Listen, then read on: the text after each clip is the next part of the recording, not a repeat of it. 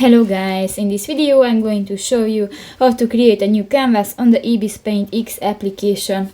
But first of all, I just want to mention, please don't forget to subscribe to our channel, because at 100,000 subscribers we are going to show you all YouTube revenue statistics and growth strategy, how to make money online. So let's jump into it. First of all, open the application on your device.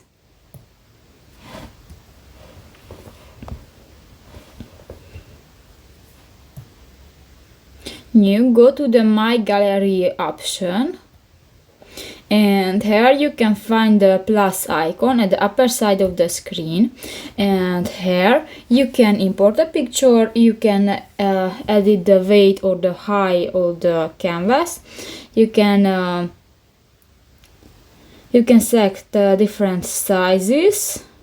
For example, you can select the postcard, the A4, A5, B4, and you can select the millimeter or the inch option.